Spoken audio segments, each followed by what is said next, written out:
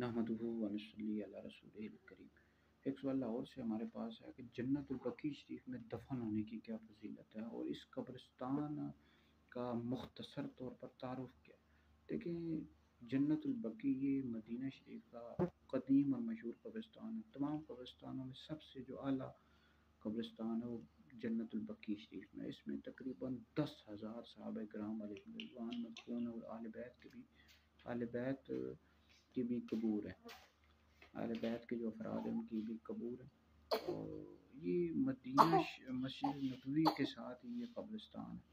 اور مستدرک کی حدیث ہے کہ نبی پاک علیہ السلام نے فرمایا کہ مجھے اس جگہ کے انتخاب کا حکم ہوا ہے۔ نبی پاک علیہ السلام نے سب سے پہلے اس جگہ میں جو تدفین کیا حضرت سیدنا عثمان بن مظعون رضی اللہ تعالیٰ عنہ نے تدفین کیا، اور اس کا توسیع جو ہے نا مختلف ادوار میں ہوتی رہی ہے۔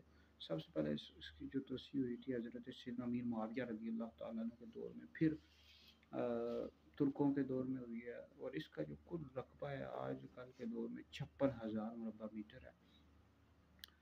اور اس حوالے سے اس میں دفن ہونے کے حوالے سے مجموع الزوائد میں حدیث موجود ہے کہ اس قبرستان میں جو 70,000 ایسے افراد ہیں جو ہوں گے جو بغیر حساب کے جنت میں داخل ہوں گے۔ ترمذی میں حدیث موجود ہے، سب سے پہلے میری قبر شق ہوگی، پھر ابو بکر کی، پھر عمر کی، اور پھر اہل بقیع کے پاس ان جنت البقیع کے جو افراد ہیں ان کے پاس آؤں گا، اور ان کی قبور وہ میرے ساتھ اٹھائے جائیں گے۔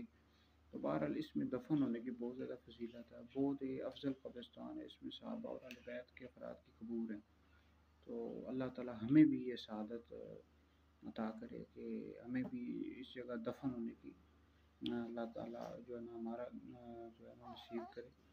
اور بقیع کہتے ہیں ایسے میدان کو جس میں درخت ہوتے ہیں، درخت والے میدان کو، اور اس میں درخت تھے، اور اس کا نام جو ہے نا بقیع الغرقد بھی ہے۔ تو جنت البقیع بہت افضل قبرستان ہے، تمام قبرستانوں میں سب سے اعلیٰ افضل قبرستان ہے۔